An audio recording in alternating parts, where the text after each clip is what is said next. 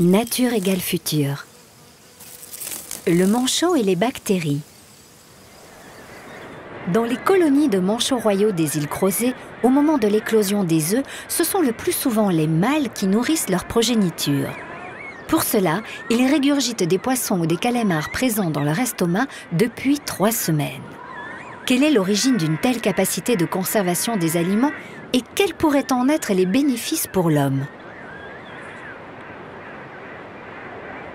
Habituellement, la femelle revient pour nourrir le poussin. Le problème, c'est que lorsque la distance pour la femelle qui est partie s'alimenter en mer est beaucoup trop grande, c'est-à-dire atteint 500 ou 600 km, elle revient en retard. Et ce qu'on a mis en évidence, c'est qu'à ce moment-là, le mâle, bien qu'il soit là en train de jeûner depuis 3 semaines, en train de couver l'œuf, nourrit le poussin à l'éclosion. Ça veut dire soit qu'il y a une sécrétion de nourriture dans l'estomac, ou bien qu'il a conservé la nourriture. Mais dans ce cas-là, l'estomac, on l'a vérifié, c'est 37 degrés. Ça veut dire que cette nourriture a été conservée à 37 degrés pendant 3 semaines. Une telle température et un régime très protéiné à base de poissons et de calamars sont des conditions idéales pour favoriser une prolifération bactérienne. Pourtant, les poussins manchots ne développent aucune pathologie. L'équipe du professeur Lemao a réussi à réaliser des prélèvements dans l'estomac du manchot pour déterminer les causes de cette absence de contamination.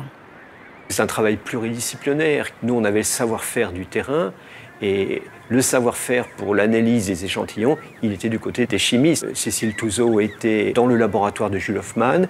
On a découvert que les bactéries étaient dans une espèce d'état de torpeur et c'est grâce à tout le savoir-faire de Philippe Bullet sur les molécules antimicrobiennes que nous avons pu tester l'idée que j'avais eue au départ, qu'il y avait une substance antimicrobienne de produite dans l'estomac. Finalement, a été découverte une petite protéine de 38 acides aminés de la famille des défensines.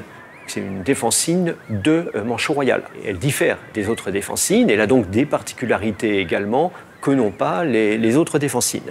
L'homme produit des défensines également. Ce sont en fait de petites protéines antimicrobiennes qui vont nous protéger. On a découvert que cette molécule est à la fois très active contre l'une des bactéries qui est le problème majeur en milieu hospitalier, dans les maladies nosocomiales, qui est le staphylocoque doré. Elle s'est révélée également très active contre un champignon pathogène qui est le champignon Aspergillus, responsable de l'aspergillose.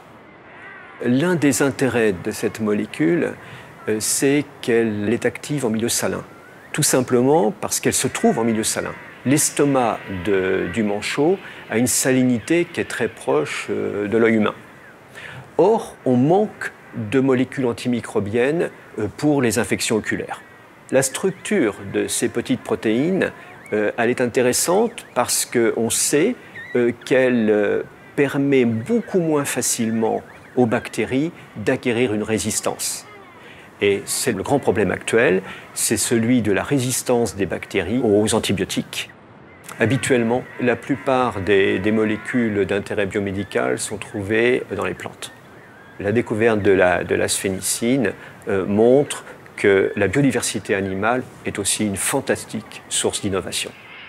Il reste encore de nombreuses molécules naturelles à découvrir dans le monde animal afin de remplacer les antibiotiques auxquels les bactéries deviennent de plus en plus résistantes.